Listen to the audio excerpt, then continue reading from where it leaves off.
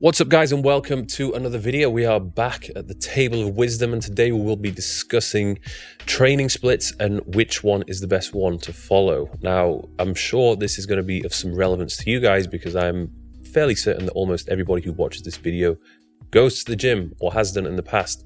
So which split you follow is going to be of some degree of importance. And it's also one of the most requested questions I get within my Facebook community for everybody who signed up to the Thirst app. They all want to know which split is the best because I do give them a variety of different splits to choose from. So what I have done from my extensive period of being a coach and a trainer, I've categorized people into 4 groups. So here we go, the trusty whiteboard, where we have a list of 4 different types of people, and alongside that, how many times a week they should realistically train. Now, this is my opinion, and the reason why I don't have 6 times per week is because I think 6 times per week is a little bit over the top, and I don't have 4 times per week because it's in between. It's yes and no. It depends on a number of different factors. So the first group of people are the beginners. So these are people who have no experience of training and they're just getting into some form of lifting for the very first time.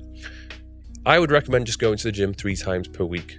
You are just starting out, your body's not used to this style of training. The DOMS is probably going to be quite high after the session. And to be honest, just doing 3 resistance training sessions per week is going to deliver results to begin with. The second group of people, these are the inconsistent trainers, the people that are on and off. I know there's a lot of people out there who just like to go through periods of times where they're so on it with their training and then for whatever reason they stop going and then they just have months of training off at a time. So for these people, I would realistically say it's better off for them to just go to the gym 3 times per week. Why is that? Well, it's because they're so inconsistent. If they have a track record of being inconsistent, then it's more than likely going to be the case that they won't be able to stick to training 5 times per week. And maybe for whatever reason, let's say, for example, if they have a busy week and they're not able to go to the gym 5 times per week, then they're going to completely mess up their training split and everything's just going to be a bit of a disaster. So it's much better off for them to go for the 3-day split because that way they're going to be more likely to stick to it and follow some kind of structured training program. The next group, these are the highly active people. So these are the people who, they want to go to the gym, they want to build muscle, but they also have a lot of other commitments. So maybe they have twice a week football sessions, football training, football matches. Maybe they're doing boxing classes 2 or 3 times per week. Maybe they like to go running a couple times a week. My recommendation would just be to go to the gym 3 times. And the reason behind that is because if they're doing 5 weightlifting sessions per week, or maybe they want to do 6 weightlifting sessions per week, that's going to be too much. All right. Their body is going to be completely drained, completely taxed. And after a while, you're going to wonder why you feel absolutely horrendous. And you're not really going to give yourself enough time to rest and recover and to be able to perform at your best in those training sessions. The last group, now, this group is people like me who just love the gym and they don't really like to do anything else. They just love to go and lift weights. They're the type of people that could go to the gym 5 times per week. Okay, 3 times per week, I mean, you can do that if you want to, but because they probably don't have any other commitments in terms of activity and sports, then following a 5-day split is going to be much more suitable. So hopefully you have classified yourself within one of those groups of people. Now we need to decide which is going to be the most suitable split for you to follow. So let's start off with those groups of people who are going to be going to the gym 3 times per week. What options do they have? Let's get on the whiteboard out, shall we? So this whiteboard is a little bit bigger, and I would say we realistically have some of the 3 most common splits to follow if you're training 3 times per week. We need to look at the pros and cons. So first of all, we need to ask ourselves, are we going to be training at least 3 muscle groups per session?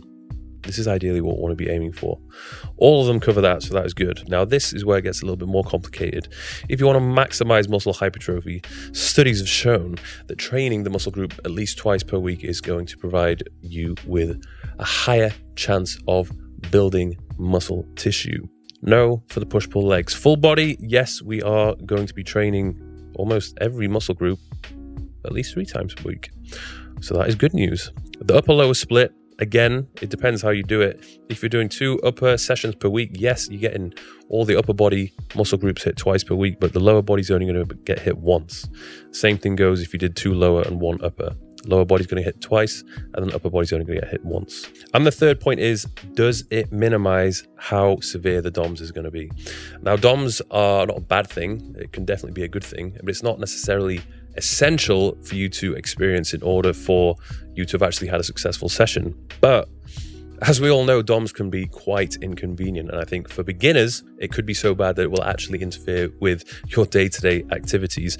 And secondly, for those people who are very active and they do have other commitments, whether it's football or boxing, whatever it might be, the DOMS could be so extreme that it might actually interfere with your performance when doing these other activities or sports. So again, this is going to be an issue. Overall, if we look at which one is going to be most suitable for those people that are going to be training 3 times per week, then full body seems to be the one to go for. So that would be my recommendation for those people who are going to be training 3 times in 1 week.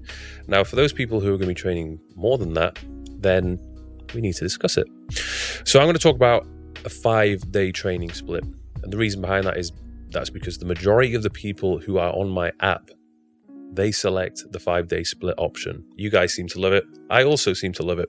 So we have a lot of choice, let's put it that way. Even within my training program selection on the 5-day split, we have 18 different programs to choose from. So which one should you be choosing? So I'd ask yourself, what are your goals over the next couple of weeks or months? And I'm not talking about bulking or losing body fat. I'm talking about what muscle groups do you want to get bigger over the set period of time.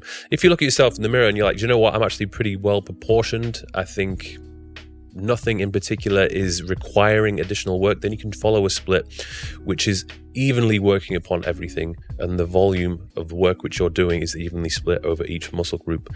However, like most people, there tends to be some imbalances where maybe at certain points in time there's a little bit of work that needs to be done on one muscle group or 2 muscle groups. So in that case, I would follow a split which hits those muscle groups at least twice per week and places a fair amount of volume upon training those muscle groups. You could argue that the full body split is a suitable selection to make for those people who don't really have a focused muscle group and they just want to train everything evenly. But from my experience, it's not something which I would go for. The reason behind that is because I've got to a point now where I've been training for so long, I'm now lifting a fairly substantial amount of weight. The issue with the full body sessions is every time I do a different muscle group, I have to warm that muscle group up before I can go into the full working set. So I find that my workouts are so long because of the fact that I need to warm each muscle group up. And just from general experience, I don't personally enjoy that one so much. I think enjoyment is going to play a major role as to which split is going to be the most suitable for you. So if you don't enjoy doing a certain split or training in a certain way, then it's more than likely going to be the case that you're just going to stop doing it and you're not going to get the results which you want. Take me, for example. I really enjoy going to the gym and smashing my arms in one session. Is training arms once per week and doing them in one session the most optimal approach for your training split overall and building your arms? Not really, but I just really enjoy going to the gym and training arms. So I'm going to continue to do that. I think it's safe to say that there is no superior training split. If there was, then everybody would be doing it. You could argue that a great majority of the people are doing a push-pull legs routine. It does seem to be one of the more popular ones. But again, if you repeat that one for too long a period of time, you will start to notice that certain muscle groups will develop more than others. And whether that's down to you having a superior mind-muscle connection with certain muscle groups, or whether your exercise execution is better with some compared to others. Eventually, you will start to notice some imbalances. So that's why I always recommend after a certain period of time, you switch up your training split. And then the question becomes, how often should you change your training split? And this again comes down to the individual. If somebody who doesn't have a huge amount of training experience or they've had a bit of time off, they could repeat a split infinitely as long as they are making progress, they're improving with the weights that they're lifting, and they're still continuing to enjoy it. However, if it gets to the point where the results have plateaued or the focus of your goals have changed, or you're just bored and you're not really finding the split challenging anymore, then I would recommend changing it up. For me personally, I tend to switch mine up every 4 to 5 weeks. I usually do a 4-week phase where the volume increases, the intensity increases, and then I have a deload week on the 5th week, and then I will either switch it up or maybe repeat that same split but switch around some exercises. So there we have it. Hopefully that has answered your question, or at least given you a better idea as to how many times you should train per week and what you should do when you are at the gym. If you're still in doubt, then I highly suggest that you sign up to my app, Thirst App. 15 years of training, knowledge, experience, all packed into one app. It's literally the next best thing to having me as your coach. As always, thanks for watching, and I will see you in the next one.